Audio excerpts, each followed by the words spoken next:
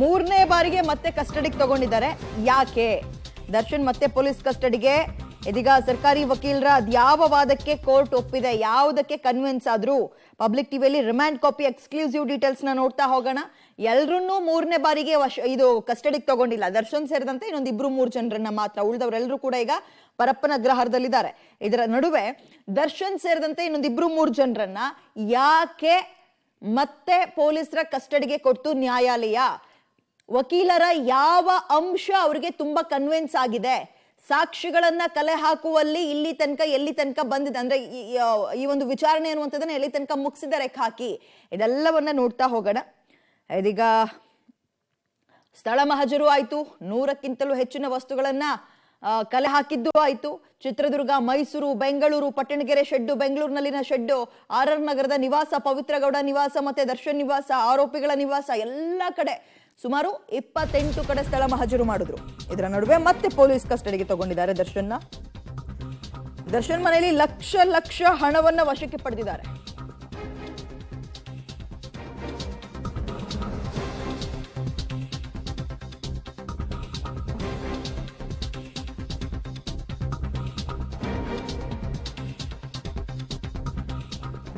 ದರ್ಶನ್ ಮನೆಯಲ್ಲಿ ಸುಮಾರು 37,40,40,000 ರೂಪಾಯಿ ಹಣವನ್ನ ಸೀಸ್ ಮಾಡಿದ್ದಾರೆ. ಮೊನ್ನೆ ದರ್ಶನ್ ಮನೆಯನ್ನ ಇಂಚು ಜಾಲಾಡ್ಬಿಟ್ರು ಪೊಲೀಸರು. ತಪಾಸಣೆ ವೇಳೆ ಸುಮಾರು 37,40,40,000 ಹಣ ಪತ್ತೆಯಾಗಿದೆ. ಹಸಿರು ಬಣ್ಣದ ಬ್ಯಾಗ್ ನಲ್ಲಿ ಇಟ್ಟಿದ್ದ ಹಣವನ್ನ ವಶಪಡಿಸಿಕೊಂಡಿದ್ದಾರೆ. ಸ್ಥಳ ಮಹಜರಿಗೆ ಹೋದಂತಹ ಸಂದರ್ಭದಲ್ಲಿ ಹಣವನ್ನು ಯಾಕೆ ತಗೊಂಡಿದ್ದಾರಪ್ಪ ಅಂದ್ರೆ ಚಿನ್ನ ಬೆಳ್ಳಿ ಎಲ್ಲವೂ ಇರುತ್ತೆ, ಬಟ್ ಅದ್ಯಾವ್ದು ಮುಟ್ಟಿರಲ್ಲ. ಹಣ ಯಾಕೆ ವಿಚಾರದಲ್ಲಿ ಅಂದ್ರೆ ಆಲ್ರೆಡಿ ಡೀಲ್ ಆಗಿತ್ತು. ಸಾಕ್ಷ್ಯವನ್ನ ಮುಚ್ಚಾಕಕ್ಕೆ 30 ಲಕ್ಷ, ಉಳಿದಂತೆ ಬೇರೆ ಬೇರೆ ಹಣವನ್ನ ಕೊಡೋಕೆ ರೆಡಿ ಆಗಿದ್ರು ಅಂತೆಲ್ಲ ಮಾಹಿತಿ ಇತ್ತಲ್ಲ. ಆ ಹಿನ್ನೆಲೆಯಲ್ಲಿ ಹಣ ಸಿಕ್ಕಿದೆ, ವಶಕ್ಕೆ ತಗೊಂಡಿದ್ದಾರೆ. ಅದ್ರ ಬಗ್ಗೆ ಡೀಟೇಲ್ಸ್ ಕೂಡ ಅವ್ರ ಹತ್ರ ಅಂದ್ರೆ ವಿಚಾರಣೆಯನ್ನ ಕೂಡ ಮಾಡ್ತಾರೆ.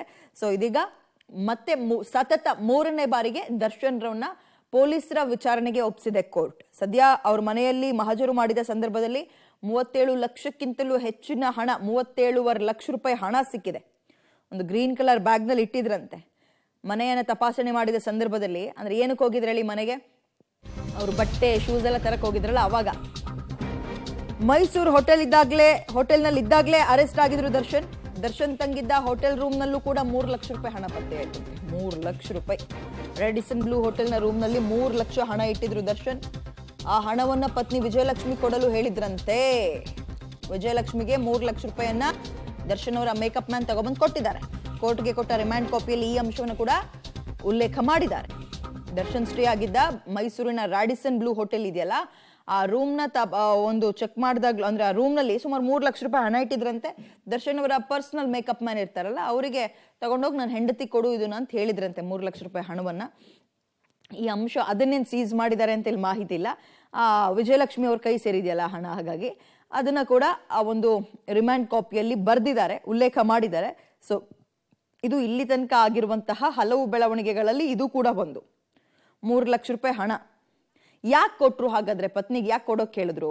ಇದ್ರ ಬಗ್ಗೆಯೂ ಕೂಡ ನೋಡ್ತಾ ಹೋಗೋಣ. ಓಕೆ, ದರ್ಶನ್ ಮತ್ತೆ ಇದೀಗ ಪೊಲೀಸರ ಕಸ್ಟಡಿಯಲ್ಲಿದ್ದಾರೆ.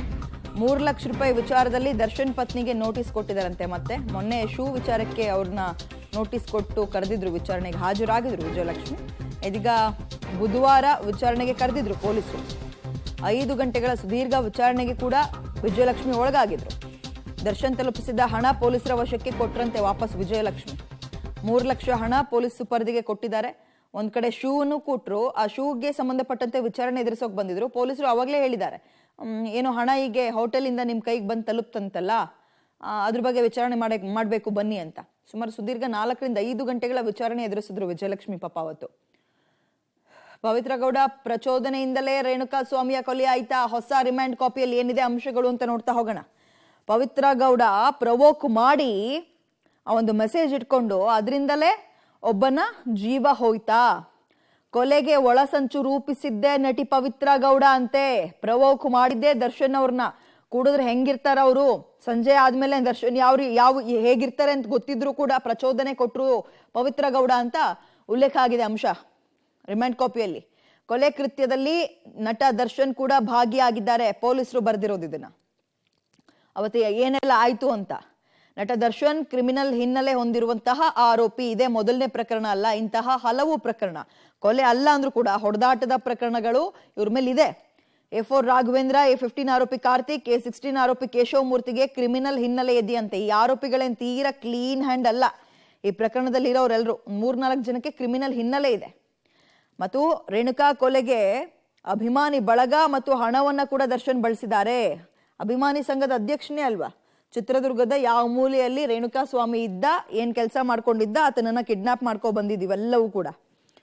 ಇನ್ನು ನಟ ದರ್ಶನ್ ಮನೆಯಲ್ಲಿ 37.40 ಅಂದ್ರೆ 37,40,000 ರೂಪಾಯಿ ಹಣವನ್ನ ಸೀಸ್ ಕೂಡ ಮಾಡಿದ್ದಾರೆ. ಏನೋ ಗ್ರೀನ್ ಬ್ಯಾಗ್ ನಲ್ಲಿ ಇತ್ತಂತೆ. ದರ್ಶನ್ ಮನೆಯಲ್ಲಿ ಅದೇ ಆ ಹಣ ಏನಿತ್ತು ಅದನ್ನ ಸೀಸ್ ಮಾಡ್ಕೊಂಡು ಬಂದಿದ್ದಾರೆ. ಯಾಕಂದ್ರೆ ಹಣದ ಪ್ರಭಾವ ಕೂಡ ಈ ಪ್ರಕರಣದಲ್ಲಿ ಬಳಸಿದ್ದಾರೆ ಅಂತ ಗೊತ್ತಾದ ಹಿನ್ನೆಲೆ. ದರ್ಶನ್ ಉಳಿದುಕೊಂಡಿದ್ದ ಮೈಸೂರು ಹೋಟೆಲ್ ರೂಮ್ ನಲ್ಲೂ ಕೂಡ 3 ಲಕ್ಷ ರೂಪಾಯಿ ಪತ್ತೆಯಾಗಿತ್ತು. ಅದನ್ನೇನು ಪೊಲೀಸರು ಸೀಸ್ ಮಾಡಿರ್ಲಿಲ್ಲ. ಬಿಕಾಸ್ ಅವರ ಮೇಕಪ್ ಮ್ಯಾನ್ ತಂದು ಅವರ ಪತ್ನಿ ಕೈ ಕೊಟ್ಟಿದ್ರು. ಆ ಪತ್ನಿ ವಿಚಾರಣೆ ಸಂದರ್ಭದಲ್ಲಿ ತಂದು ಒಪ್ಪಿಸಿದ್ದಾರೆ, ಪೊಲೀಸರಿಗೆ ಕೊಟ್ಟಿದ್ದಾರೆ ಹಣವನ್ನ. ದರ್ಶನ್ ಅಣತಿಯಂತೆ ಅಥವಾ ಸೂಚನೆಯಂತೆ ವಿಜಯಲಕ್ಷ್ಮಿಗೆ ಅವ್ರ ಮೇಕಪ್ ಮ್ಯಾನ್ ಕೊಟ್ಟಿದ್ದಾರೆ 3 ಲಕ್ಷ ರೂಪಾಯಿ ಹಣವನ್ನ. ಅದ್ರ ಬಗ್ಗೆ ವಿಚಾರಣೆಯನ್ನ ನಡೆಸೋಕೆ ವಿಜಯಲಕ್ಷ್ಮಿ ದರ್ಶನ್ ಅವ್ರನ್ನ ಕರೆದಾಗ ಅವರು ವಿಚಾರಣೆ ವೇಳೆ ಪೊಲೀಸರ ಸುಪರ್ದಿಗೆ ಒಪ್ಪಿಸಿದ್ದಾರೆ. ಆ ಹಣವನ್ನ ಸಿಗತ್ತೆ ಅಂದ್ರೆ ಏನೇನಕ್ಕೆ ಅಂತ ಕರೆಕ್ಟಾಗಿ ಹೇಳಿಕೆ ಕೊಟ್ಬಿಟ್ರೆ ಹಣ ಎಲ್ಲ ವಾಪಸ್ ಕೊಡ್ತಾರೆ, ಅದೆಲ್ಲಿಗೂ ಹೋಗಲ್ಲ. ಕೊಲೆ ನಡೆದ ಬೆನ್ನಲ್ಲೇ ಆ ವ್ಯಕ್ತಿಯಿಂದ ಹಣ ಪಡೆದಿದ್ದ ದಾಸ ಯಾವ ವ್ಯಕ್ತಿ, ಸಾಕ್ಷ್ಯ ನಾಶಕ್ಕಾಗಿಯೇ 40 ಲಕ್ಷ ಹಣವನ್ನ ಪಡೆದಿದ್ರ ಬಗ್ಗೆ ಮಾಹಿತಿ ಸಿಗ್ತಾ ಇದೆ. ಆ 40 ಲಕ್ಷ ಹಣವನ್ನು ಕೂಡ ಪೊಲೀಸರು ಸದ್ಯ ಸೀಸ್ ಮಾಡಿದ್ದಾರೆ. ದರ್ಶನ್ಗೆ ಲಕ್ಷ ಹಣವನ್ನ ಆ ವ್ಯಕ್ತಿ ಕೊಟ್ಟಿದ್ದಂತೆ. ಯಾರು ಆತ? ಈಗ ಆತನನ್ನೂ ಕೂಡ ಸಾಕ್ಷಿಯಾಗಿ ಪರಿಗಣನೆಗೆ ತಗೊಳ್ತಾರೆ. ಆತನಿಗೆ ವಿಚಾರ ಗೊತ್ತಾಗಿತ್ತ, ದರ್ಶನ್ ಏನ್ ಹೇಳಿ ಹಣವನ್ನ ಪಡೆದಿದ್ರು, ಈ ಪ್ರಕರಣವನ್ನ ಅವ್ರ ಗಮನಕ್ಕೆ ತಂದಿದ್ರ, ಸಾಕ್ಷಿಯಾಗಿ ಅವ್ರನ್ನು ಕೂಡ ಪರಿಗಣಿಸ್ತಾರೆ. ಯಾರು ಅಷ್ಟೊಂದು ಲಕ್ಷ ಹಣವನ್ನ ಕೊಟ್ಟಿದ್ದು ದರ್ಶನ್ಗೆ? ಕೊಡ್ತಾರೆ, ಲಕ್ಷ ಎಲ್ಲ ಕೋಟಿ ಬೇಕಾದ್ರೂ ಕೊಡ್ತಾರೆ. ಬಟ್ ಪ್ರಕರಣ ಹಿಂಗಿದೆ, ಕೊಲೆ ಆರೋಪ ಅಲ್ವಾ ಇದು. ಹಾಗಾಗಿ ಯಾರ ಹತ್ರ ಮಾತಾಡಿದ್ರು, ಯಾರ ಹತ್ರ ಇಸ್ಕೊಂಡಿದ್ರು, ಏನಂತ ಹೇಳಿ ಇಸ್ಕೊಂಡಿದ್ರು, ಆ ವ್ಯಕ್ತಿಯನ್ನು ಕೂಡ ವಿಚಾರಣೆಗೆ ಒಳಪಡಿಸುವ ಸಾಧ್ಯತೆ ದಟ್ಟವಾಗಿದೆ. ಪ್ರಶ್ನೆ ಸದ್ಯಕ್ಕೆ ದರ್ಶನ್ಗೆ ಅಷ್ಟು ಹಣ ಕೊಟ್ಟ ವ್ಯಕ್ತಿ ಯಾರು ಅಂತ. ಈಗ ದರ್ಶನ್ಗೂ ಆ ವ್ಯಕ್ತಿಗೂ ಇರೋ ಸಂಬಂಧ ಏನು, ತೀರಾ ಆಪ್ತತೆಯ? ಅಷ್ಟು ಹಣ ಕೊಟ್ಟಿದ್ದಾರೆ ಅಂದ್ರೆ ತೀರಾ ಹತ್ರದವರೇ ಇರ್ತಾರೆ. ಮೋಹನ್ ರಾಜ್ ಎಂಬ ವ್ಯಕ್ತಿಯಿಂದ ದರ್ಶನ್ಗೆ ಹಣ ಸಂದಾಯ ಆಗಿದೆ. ಯಾರೀತ? ಮೋಹನ್ ರಾಜ್ ದರ್ಶನ್ನ ಫ್ರೆಂಡ್, ದರ್ಶನ್ನ ಸ್ನೇಹಿತ. ಮೋಹನ್ ರಾಜ್ನಿಂದ ಸುಮಾರು 40 ಲಕ್ಷ ಹಣವನ್ನ ದರ್ಶನ್ ಪಡೆದಿದ್ದಾರೆ. ಕಾನೂನು ಕಂಟಕ ಎದುರಾಗಬಾರ್ದು ಅಂತ ಪಡೆದಿದ್ದ ಹಣ ಇವ್ರ ಹತ್ರ ಇರ್ಲಿಲ್ಲ ಅಂತೇನಲ್ಲ.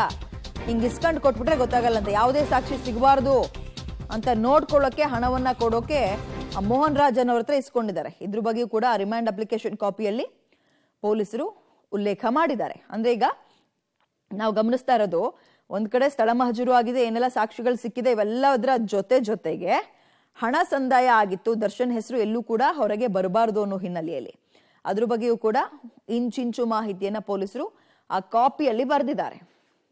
ಇವೆಲ್ಲವನ್ನ ನಿನ್ನೆ ನ್ಯಾಯಾಲಯದ ಮುಂದೆ ಇಟ್ಟಾಗ್ಲೇ ನ್ಯಾಯಾಲಯ ಅಥವಾ ಜಡ್ಜ್ ಕನ್ವಿನ್ಸ್ ಆಗಿರೋದು. ಸರಿ ತಗೊಳ್ಳಿ, ಇವರೊಂದು 4 ದಿನ ಕೇಳಿದ್ದಾರೆ. ಓಕೆ, ಹೆಚ್ಚಿನ ಡೀಟೇಲ್ಸ್ ನಮ್ಮ ಪ್ರತಿನಿಧಿ ಮಾರುತಿ ನೀಡ್ತಾರೆ. Good morning Maruti. ಇದೀಗ ರಿಮ್ಯಾಂಡ್ ಕಾಪಿಯಲ್ಲಿ ಉಲ್ಲೇಖ ಆಗಿರುವ ಹಲವು ಅಂಶಗಳಲ್ಲಿ ಹಣದ ವಿಚಾರ ತುಂಬಾ ಹೈಲೈಟ್ ಆಗ್ತಾ ಇದೆ. ಈ ಹಣಕ್ಕೆ ಸಂಬಂಧಪಟ್ಟಂತೆ ಡೀಟೇಲ್ಸ್ ಕೊಡೋದಾದ್ರೆ ಮಾರುತಿ?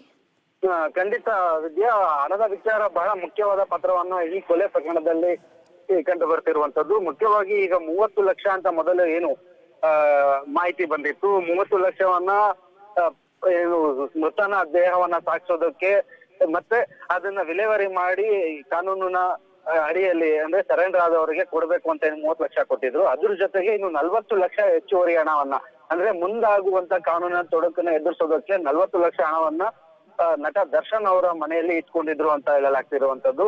ಇದನ್ನ ಈಗ ರಿಮ್ಯಾಂಡ್ ಕಾಪಿ ಉಲ್ಲೇಖ ಮಾಡಿರುವಂತದ್ದು. ಈ 40 ಲಕ್ಷವನ್ನ ಹಣವನ್ನ ಮೋಹನ್ ರಾಜ್ ಎಂಬ ದರ್ಶನ್ ಆಪ್ತರಿಂದ ಪಡೆದಿರ್ತಾರೆ. ಅಂದ್ರೆ ಈ ಮೋಹನ್ ರಾಜ್ ಯಾರು ಅನ್ನೋದು ಈಗ ಪೊಲೀಸರು ತನಿಖೆ ನಡೆಸ್ತಿರುವಂತದ್ದು. ಯಾವ ಕಾರಣಕ್ಕೆ ಇವರಿಗೆ 40 ಲಕ್ಷ ಕ್ಯಾಶ್ ಅನ್ನ ಕೊಟ್ಟ ಅನ್ನೋದನ್ನ ತಿಳ್ಕೊಳ್ಳೋದಕ್ಕೋಸ್ಕರ ಅವ್ರನ್ನ ಹುಡುಕಾಟದಲ್ಲಿ ಪೊಲೀಸರಿರುವಂತದ್ದು.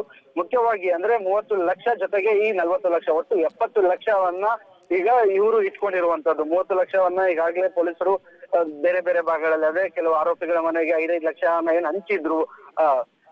ಏನು ಕೊಲೆಯಾದ ನಂತರದಲ್ಲಿ ಹಣವನ್ನ ಸಾಗಿಸೋದಕ್ಕೆ ಕೊಟ್ಟಿದ್ದಂತಹ 30 ಲಕ್ಷದಲ್ಲಿ ಪ್ರದೋಷ್ ಮೂಲಕ ಹಣವನ್ನ ಸಾಗಿಸುವಂತ ವ್ಯಕ್ತಿಗಳಿಗೆ 4 ಜನ ಏನ್ ಸಾಕ್ತಿದ್ರು ಅವರಿಗೆ 5-5 ಲಕ್ಷವನ್ನ ಕೊಟ್ಟಿದ್ರು. ಈ ಹಣವನ್ನು ಪೊಲೀಸರು ಈಗಾಗಲೇ ರಿಕವರಿ ಮಾಡ್ಕೊಂಡಿದ್ದಾರೆ.